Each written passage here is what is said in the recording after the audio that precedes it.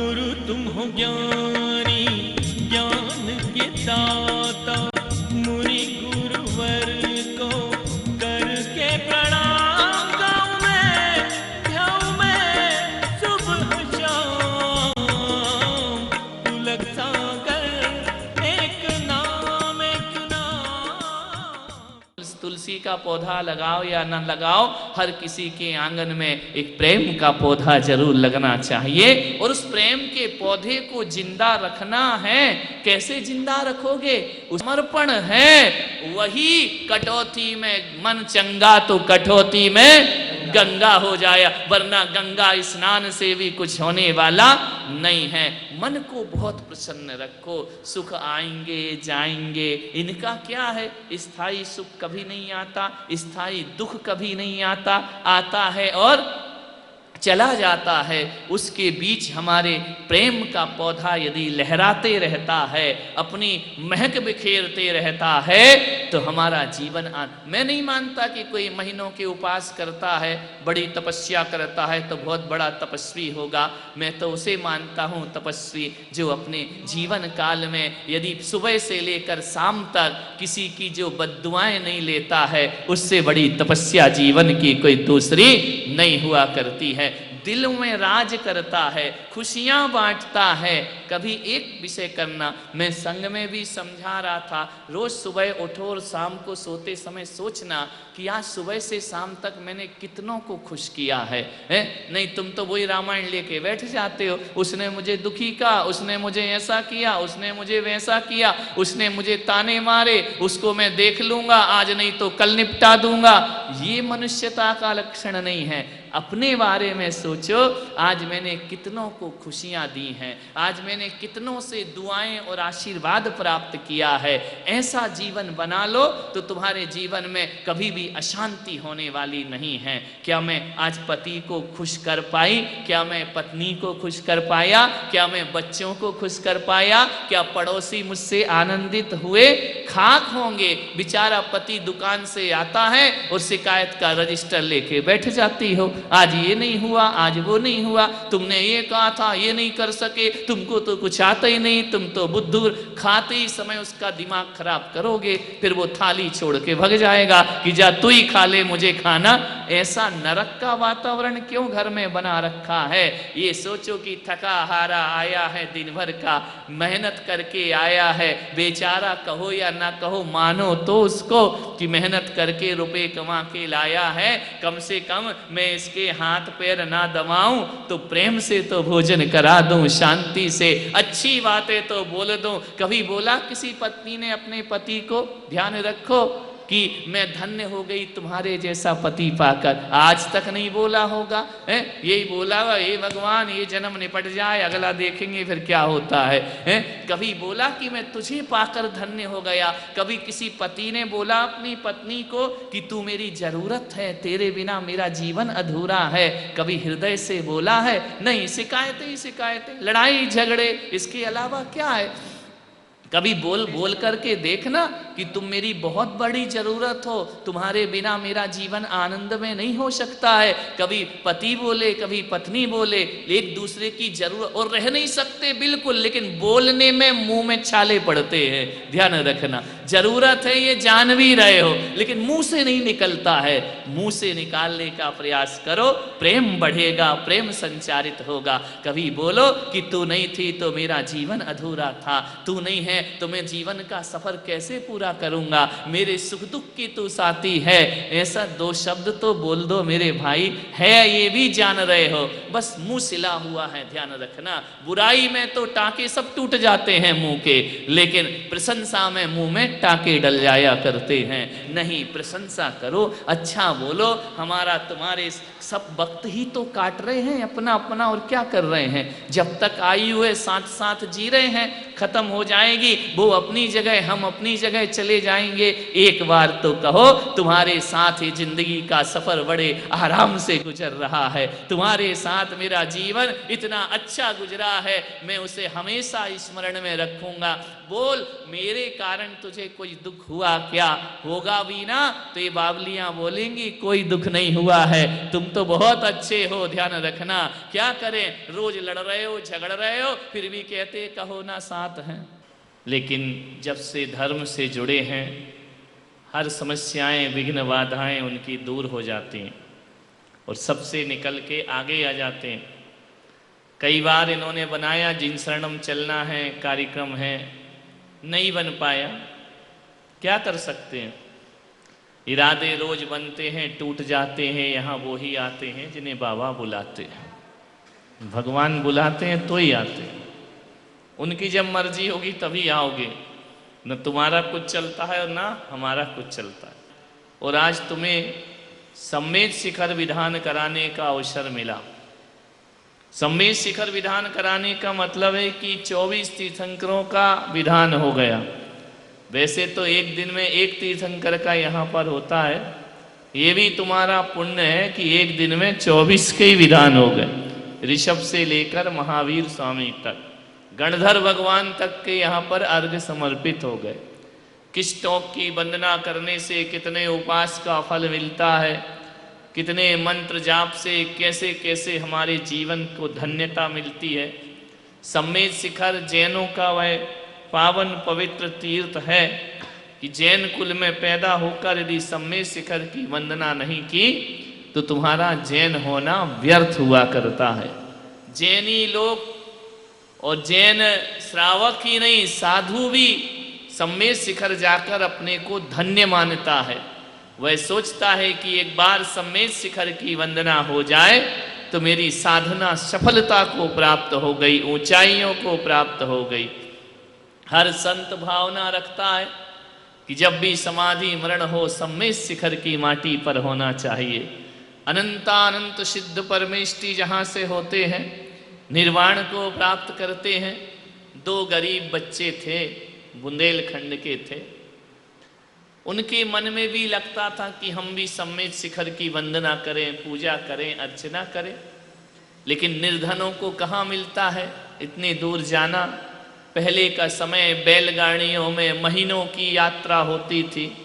जो भी सम्मेद शिखर जाता था मालूम है, ऐसे नहीं जाते थे आज की तरह कि अभी अपन गए नहीं और रिटर्न का टिकट साथ में लेकर के गए हैं। बोले कब? बोले जाना तो 15 को है, लेकिन 20 का रिटर्न टिकट पहले देखो। तो आदमी जाने से पहले लौटने के भाव बना लेता है, जबकि ऐसा नहीं होना चाहिए। पहले के लोग जब जाते थे ना सम्मेद शिखर, तो पूरा गांव एकत्रित हो जाता था। पूरे गांव के लोग माला लेके खड़े रहते थे, श्रीफल लेकर के खड़े रहते थे कि भाई तुम्हारे पुण्य का उदय है, तुम जा रहे हैं लेकिन हम नहीं पहुंच पा रहे हैं।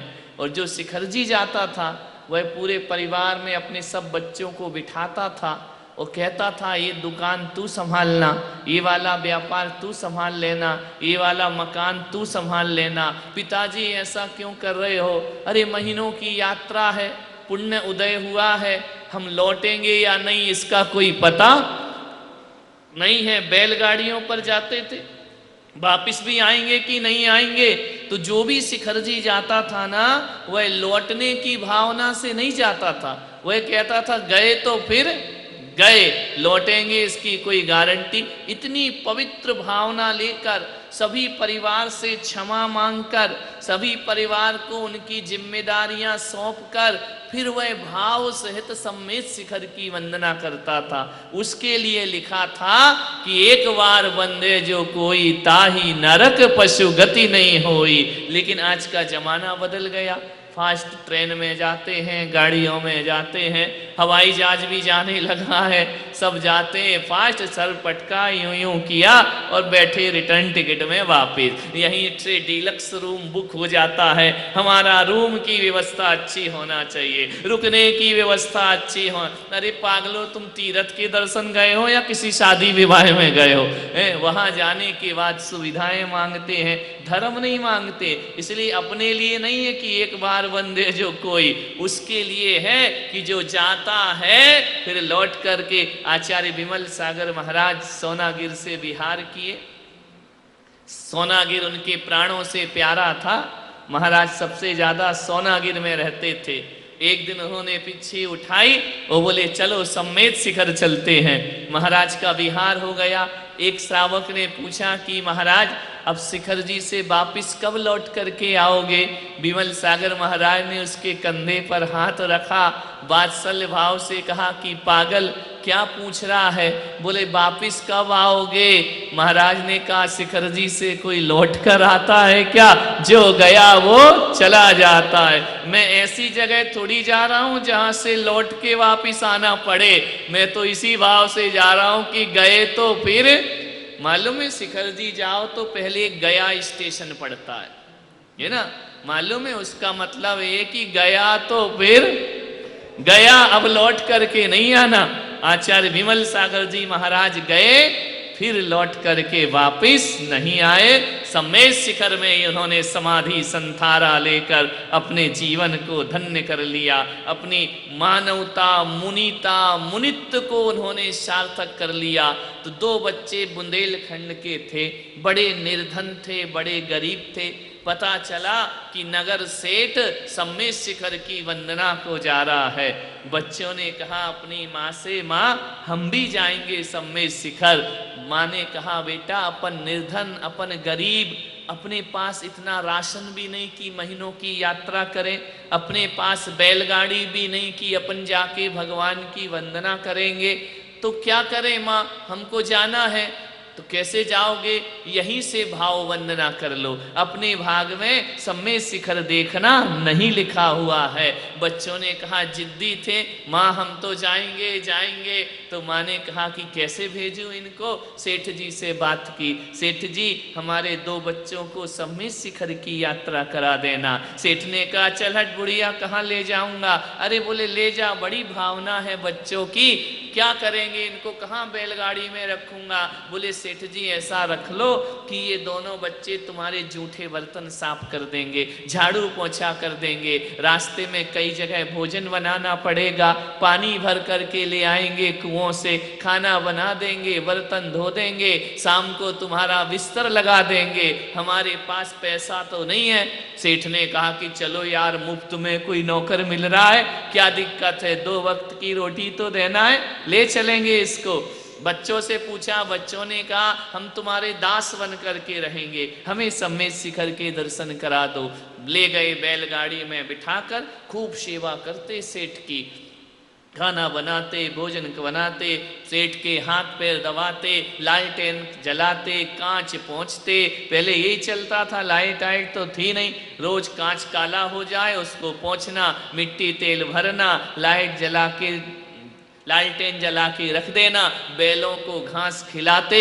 महीनों में पहुंचे सम्मेद शिखर। जैसे ही पहुंचे तो सेठ ने कहा सुनो रे बच्चों, हम लोग वंदना को जाएंगे, तुम पूरा काम करके रखना। बच्चों ने कहा कि सेठ जी हमको भी तो ऊपर टोंक पे जाना है वंदना करने, तुम कैसे जाओगे? ये यहाँ आ गए ना, बस यही सम्मेद शिखर है। पहले इतनी ज्यादा धर्मशालाएं भी नहीं थी, सुविधाएं भी नहीं थी।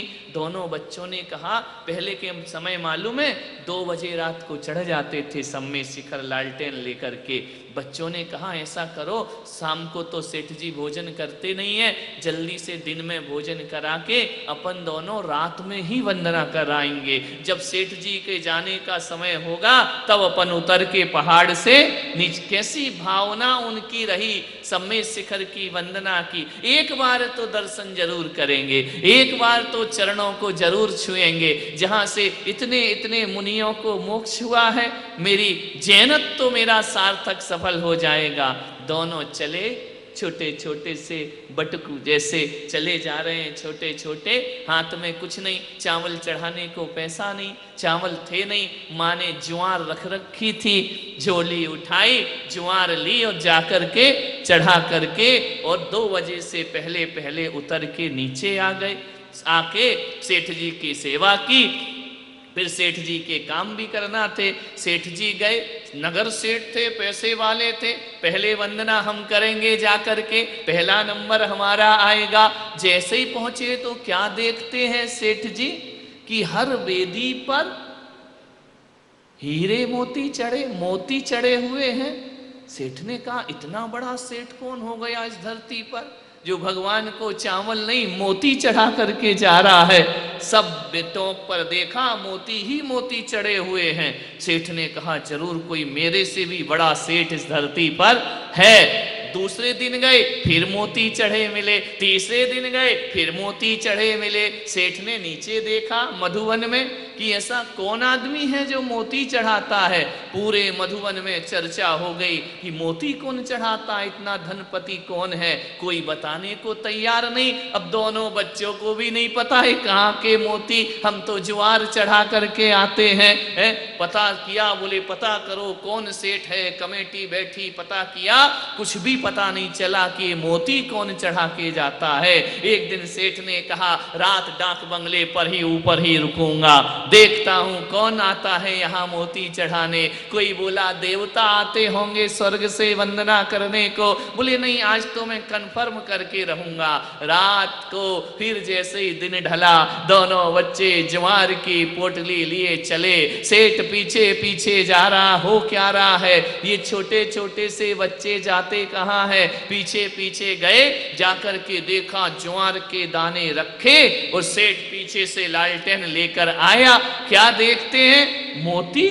अरे इन बच्चों के पास मोती कैसे आया। पकड़ा सेठ ने, इधर आ, कहां से चुराए ये मोती। बोले देखो हमारे पास मोती नहीं है सेठ जी, हम तो गरीब हैं, निर्धन हैं, हमारे पास तो चावल भी नहीं है, ये ज्वार है जो हम चढ़ाते हैं। सेठ ने कहा चढ़ा ज्वार। जैसे ही ज्वार वेदी पर रखते ज्वार मोती में परिवर्तित हो जाया करती थी। सेठ तो रह गया देखकर, ये सम्मेद शिखर वाले सावलिया पारसनाथ, मेरे चावल मोती नहीं बन रहे हैं और इन गरीबों के चावल मोती बन रहे। बाबा स्वीकार कर रहे हैं, चंदा प्रभु टोंक, पारसनाथ टोंक। सेठ ने पूरी वंदना बच्चों के साथ की, जहां जहां की वहां वहां मोतियों के ढेर लग गए। भगवान ने वो अतिशय दिखाया सम्मेद शिखर का। मालूम है वो दोनों बच्चे कौन। आज बुंदेलखंड में जितने भी प्राचीन मंदिर हैं, बड़े बड़े जो सोनागिर आदि में जो जगह जगह आप जाके देखो, विशाल विशाल मंदिर खड़े, विशाल विशाल प्रतिमाएं, ये कोई नहीं वो दो बच्चे हैं जिनका नाम भूदेव और भजदेव के नाम से जाने जाते थे। उन्होंने धन एकत्रित करके बुंदेलखंड में मंदिरों का निर्माण किया। प्रसारण पुण्यार्जक परिवार जिन शरणम तीर्थ धाम के परम संरक्षक संघपति श्री प्रदीप मामा, प्रतिभा मामी, भोपाल। गुरु तुम हो ज्ञानी, ज्ञान के दाता।